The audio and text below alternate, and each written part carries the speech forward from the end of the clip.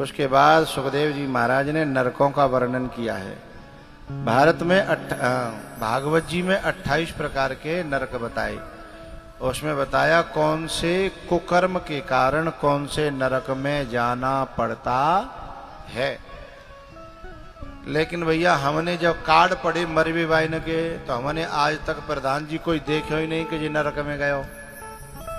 टूंडलाते लेके फिरोजाबाद, शिकोहाबाद, एटा, इटावा, मैनपुरी, आगरा जो मेरो गढ़ है, जहाँ क्षेत्र में मैं घूमता रहता हूँ। जाते कथा उठी तो फिरोजाबाद में चली गई, माते उठी मैनपुरी में आ गई, माते उठी टूंडला में आ गई, तो यही मेरो जाते निकर भी ना होती। लेकिन इतने एरिया में मैंने जब कार्ड पढ़े तो बिना यूं ही लिखी देखी कि मेरे पिताजी का स्वर्गवास हो गया। तब मैंने माथो पकड़ के कही कि भैया मैं नरकनों को वर्णन कायगू कत चले आ रहा हूँ, सालन थे कोई नरक में जा ही ना रहो, सबके सब स्वर्ग में जा रहे हैं। अरे अच्छे न के लिखें तो लिखें, जिन्हें पूरा गांव जानतो कि जाते बुरो नालायक दुष्ट आदमी पूरे गांव में नहीं है, तो बहू मरियो तो बहू के कार्ड पे छोरा लिखवा रहे हो कि मेरी बाप का। मैंने कही तो शर्म आनी चाहिए रे, ऐसा कोई कुकर्म नहीं हो जो ते बाप ने नहीं छोड़ो, तो तू लिखवा रहे हो कि मेरे पिताजी का।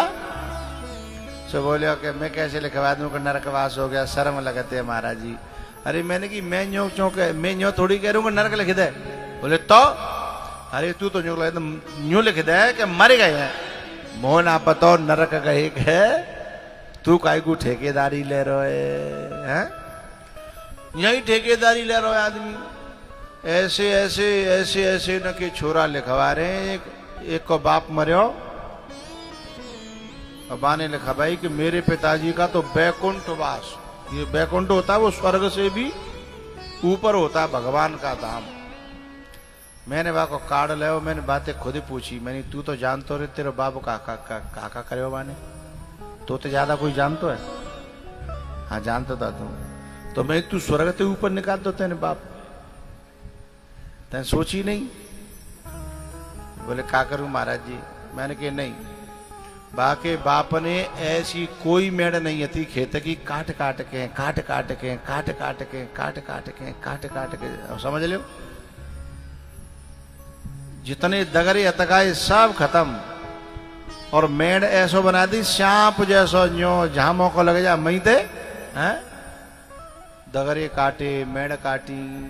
तब मैंने बातें कही, तू खूब जानतो कि ते बाप ने कोई मेड़ साजी ना छोड़ी, कोई दगरो ना छोड़ो हैं। बाकी बात तू दिख रहा को मेरो बाप बैकुंठम गयो, जब मेड़ काटा और दगरे काटो बैकुंठ में जाएंगे, स्वर्ग में जाएंगे, तो वह नरक में तो अलीगढ़ ते ला के तारो लगाओ। फिर बाकी कथा काय कहूं, बाकी बात काय कहूं हैं भाई, क्या जरूरत है? एक लिख रहा हो कि मेरे पिताजी का स्वर्गवास हो गया। मैंने बातें कही, तेरे पिताजी ने ऐसी कोई ब्रांड हती जो छोड़ी हो बिना पिए? देसी, अंग्रेजी, ठर्रा और बैसी जी मिलते गए, बैसी अलग बोए हैं। मैंने कहा कोई ऐसी हत्या जो न पी होए? हाँ बोले पियत तो होता है। तो मैंने कि तेन का ही लिखी स्वर्गवासी। तो मैंने कि जी ऐसे पीवे वाले जो कीड़न को जूस होता है जी, कीड़ा जो है आग में डाल के और न्यो खोलाए जाता है और बाकी वाष्पन क्रिया करके जो शराब बनती है। और मैंने कि कीड़न के जूस है पी गो, चल गन्ना को पिए तो अलग बात ही, मौसमी को पी ले तो अलग बात ही, कीड़न ने खोला के पी गो खाए गो। अब जो बता भूते ने स्वर्ग भेज दो लिख के कार्ड पे, तो जो नरक में तो जो महात्मा जाएंगे का है, समझ में नहीं आता। एक आदमी ऐसा मरो कि इतना चुगलखोर के पूरे गांव में माने कबू शांति थे, कोई परिवार रहन नहीं दे। कबू जाओ, कबू जिन में लड़ाई करवा दी, कबू जिन भैया में, कबू जा मोहल्ला बा मोहल्ला में, फिर पूरे में फूट डाल के राखी। अब मरो और पूरा गांव जो बड़ो खुश है रो, भगवान कंटी कटी अब कछु इतना शांति, पूरा गांव खुश है रो हैं। बाकी मरे बे पे हो बाको छोरा लिख रहा हो कि मेरे पिताजी साकेतवासी है। साकेतवासी और ऊपर हो तो है। तो भैया ईमानदारी इतनी बरतो करो कि जो लिख दो साहब मेरे पिताजी का देहांत हो गया है, तुम्हारा नौता है, पुआ होंगे खा जाइए, तुम स्वर्ग और बैकुंठ मत भेजो हैं। नहीं तो बिना के कर्म ने देख के दुनिया हंसेगी। मैं कथा में और कह रहा हूँ, हर एक कथा में कह दूं तो जो ऐसे लिखी आवेगी भाई देख के तुम्हें हंसी आओ करेगी हैं, फिर तुम समझ जाओगे देखो जाने बैठ दे भेज दो स्वर्ग में हैं। कर्म खोटे तो ईश्वर का भजन करने से क्या होगा, किया परहेज ना कुछ भी दवा करने से क्या होगा। जब नरकों का वर्णन सुना परीक्षित जी ने तो उन्होंने कहा कि जिनते बचवे का कोई उपाय है। बोले हाँ 3 उपाय हैं। एक जो है गुरु के द्वारा दिया गया जो मंत्र है उसका जाप करना, दूसरा भगवान की कथा का श्रवण और गायन, और तीसरा उपाय है संसार का त्याग करके किसी महापुरुष की चरणों की सेवा में लग जाना। यदि तीनों है जाए तो बहुत बढ़िया, और तीनों नहीं है पावे तो नव मह जिन के एक होई, ही नारी पुरुष सचराचर कोई, नव मह जिन के एक हो। बोले कोई उदाहरण बताओ, कोई मुक्त है गो होए भगवान के नाम ते। बोले हाँ अजामिल था, माने सब पाप करे सब कुकर्म करे, लेकिन एक संतन की जो है टोली आई भाई घर पे, और वे देखी जो पापी है तो लेकिन हमने जाको नमक खायो है, तो वे जो है भगवान से प्रार्थना कर रहे कि जाको कल्याण होना चाहिए क्योंकि हमने जाको नमक खा लो है। तो वे चलते चलते भाई जो है भगवान को नाम दे गए बाकी बेटा के नाम के रूप में। बात समझ रहे हो, ये संतन की एक प्रक्रिया है। काउन काउ बहाने थे भगवान के नाम में लगाए वो। हेरी मैया, कोई कोई मैया देखिए तुमने भैंसे गाड़ी देते वैसे हैं। एक मैया थी पहले हम गाँव में से रह जाते कहूँ तो रोज भैंसे सवेरे सवेरे गाई दी, हम छत पे टहले। एक दिन मैंने बुलाई, मैंने देखी कथा में भी जाती है ये हैं। मैंने कि बड़ी बूढ़ी थी, मैंने कि मैया तुम जब भैंसे गाड़ी दे तो भैंस सुने नहीं समझे नहीं हैं, और भैंसते ऐसी गाड़ी देख अजीब सी हैं। तो मले मलायो मिल लो खावे और पूछ हिला रही है, कान हिला रही है, नंगी डोल रही है। भैंस तो कह रही नंगी डोल रही है, अब भैंस का होते कपड़ा पहन लगी। तो मैंने एक दिन बुलाया कि पूछी, मैंने कही माता जी अम्मा, मैंने कि तुम ऐसे गाड़ी भैंसे देते हो, भैंस समझ रही तुम्हारी गाड़ी ने? बोले बाबा तुम का जानो ये भागवत ना है।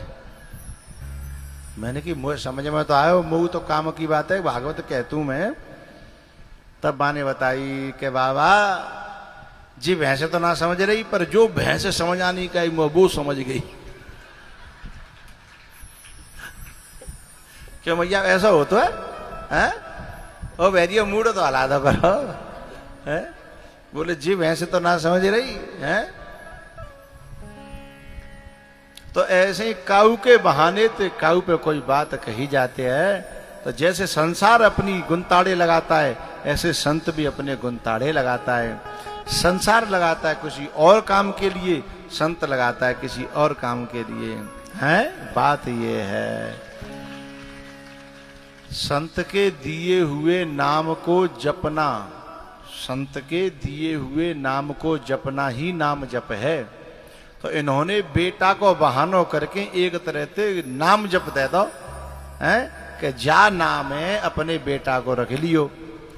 और भैया एक बात बताऊं, काऊ की काउते भीतर ही भीतर खुंस चल रही हो है तो लड़ाई में कितनी देर लगते है? बहानो ही तो चाहिए लड़वे के लिए हैं। ऐसे ही संत जब किसी का कल्याण करवाना चाहता है भगवान से तो किसी भी बात को बहाना करके कल्याण करवा सकता है। तो संत ने जब परमात्मा से प्रार्थना करी कि मैं नाम दे के आया हूं आपको, बाय सहारो बना के जाको कल्याण करियो। तो जब अंतिम समय पर अजामिल के पर जब यमराज के दूत आए और वो चीखने लगा अपने बेटे का नाम पुकार करके जो संतों ने दिया था है? सोई भगवान के दूत आ गए और दोनों में युद्ध हुआ, बाक युद्ध। आखिरकार यमराज के दूतों को हार करके जाना पड़ा और उसको बचा लिया। अब अजामिल ने ये युद्ध सब देखा, तब वही समझ में आई कि नेक संत नाम दे गए का ही, और बा नामते मैं यमराज के दूतों से बच गया।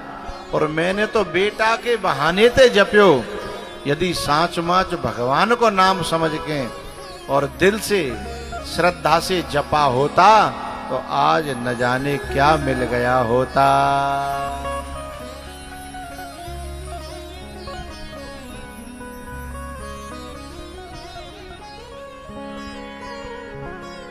कुछ भेजा होगा तुमने, दिखा तो रहे हो कुछ।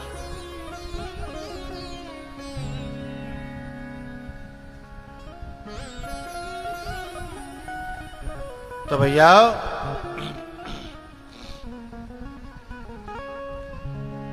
जब तुम कुछ छेड़ो तो पहले भेज दिया करो वो चीज, तुम्हारी समझ में आ जाए, हम देखेंगे। भैया ये जो अजामिल था ना, इस अजामिल ने जब ये समझा कि मैंने झूठे को भगवान का नाम लिया है, तब परिणाम ये आया है।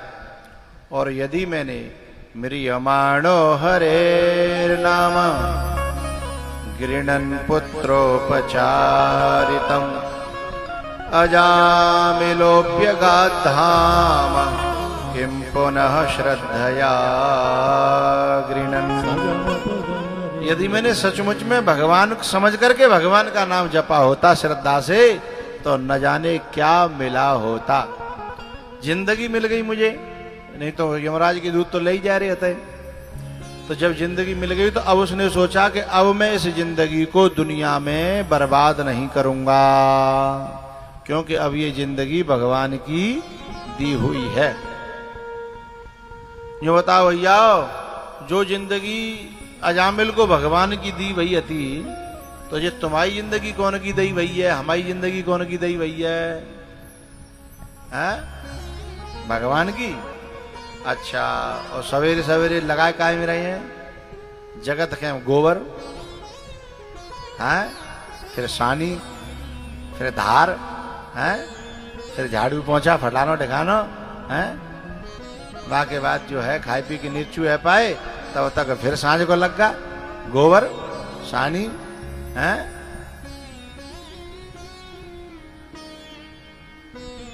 मिली काय के लिए हथी और लगी काय में है,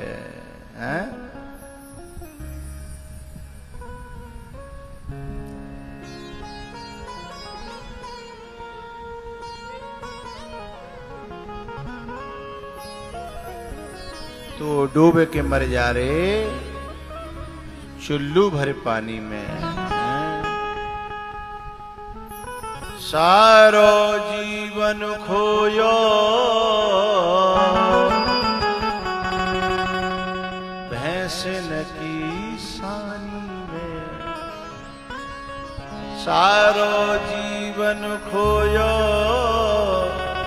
गोबर और पानी में, तो डूबे के मर जा रे चुल्लू भर पानी में।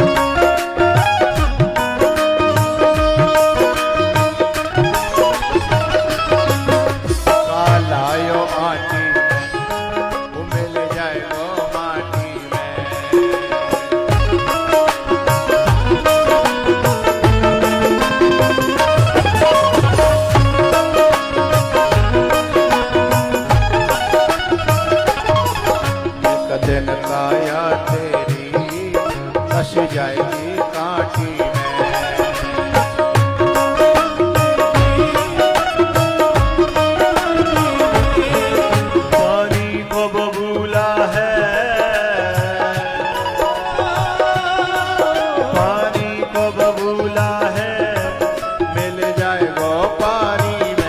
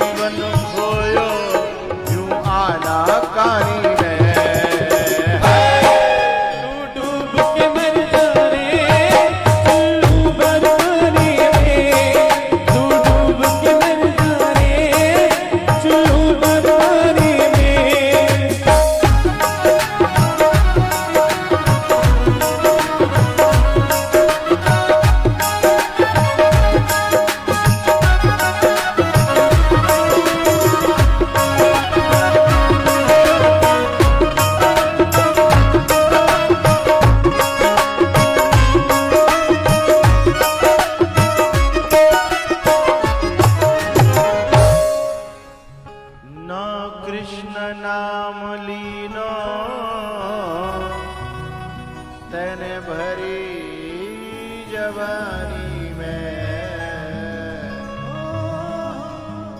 तो डूबे के मर जा रे, बोलो चुल्लू भरे पानी में सारो जीवन खोयो गोबर और पानी में है तो डूबे के मर जा रे चुल्लू भरे पानी में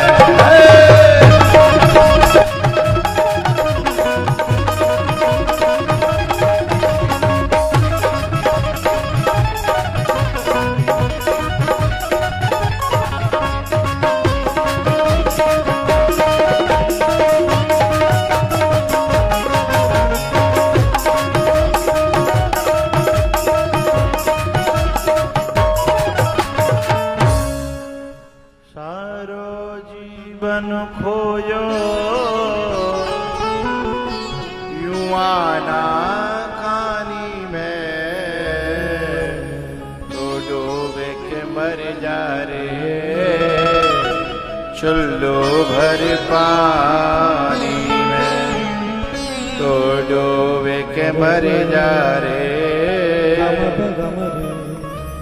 म्रियमाणो हरेर नाम गृणन पुत्रोपचारितम।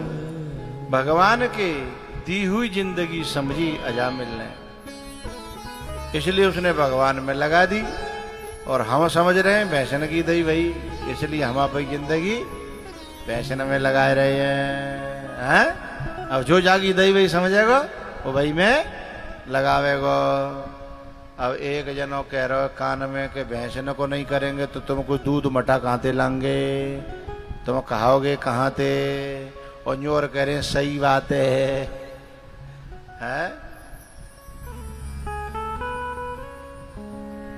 मेरा विरोध कर्म से नहीं है, लेकिन क्या इसी के लिए जिंदगी मिली है, बात ये समझनी है। कर से कर्म करो विधि नाना, मन राखो जहां कृपा निधाना। कर से कर्म करो विधि नाना, मन राखो जहां कृपा निधाना।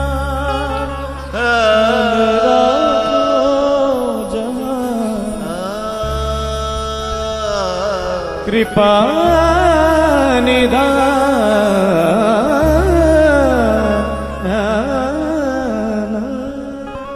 मन राखो कृपा निधान। कर से कर्म करो विधि नाना। हमारे यहाँ अखंड रामायण होती है तो माइक लगवाते हैं लोग। भगवान का भैरव है, माइक क्यों लगवा रहे हैं? वाकई पीछे एक बड़ा आध्यात्मिक रीजन है। क्योंकि अखंड रामायण जब होती है तो दूर दूर तक रामायण पढ़ने वाले अपने आप चाहे कछु काम कर रहे हो, चाहे सानी दे रहे हो, चाहे गोबर डाल रहे हो, सीधे रामायण से कनेक्ट हो जाते हैं। फिर वो पढ़ता है वहां और ये बोलता है यहाँ। कभी कभी क्या होता है, रात में पानी दे रहे मक्का में, गेहूं में, आलू में पानी दे रहे और रामायण चल रही। अजकजू ऐसे होते हैं रामायण पढ़े वाले वे जई काज राखे जाते हैं कि तो रात में पढ़नी है 1:30 बजे ते लेके और 3 बजे तक 4 बजे तक। चूंकि बाका न कोई पढ़वैया मिल तो ना है। अच्छा भी पढ़वे भाई जो होते हैं 1:30 बजे 2 बजे ते 4 बजे तक वे क्या करता है, अब कोई सुन तो रहे हो ना है और वे घास सी काटते हैं। फिर मंगल भवन मंगल हरि हरि। और वो रात में भाई पता होना कितने किसान लोग अपने खेतों में पानी लगा रहे हैं और एक एक बात सुनते हैं। फिर वे सवेरे आए कान में कौन कुछ हो रहा हो रे हैं, सब सत्यानाश कर दो रामायण को माने है। तब बाकी समझ में आते हैं कि मैं समझ रहा हूँ कोठरी में पड़ रहा हूँ हैं। तो कर से कर्म करो विधि नाना, मन राखो जहाँ कृपा निधान। मन राखो कृपा निधान।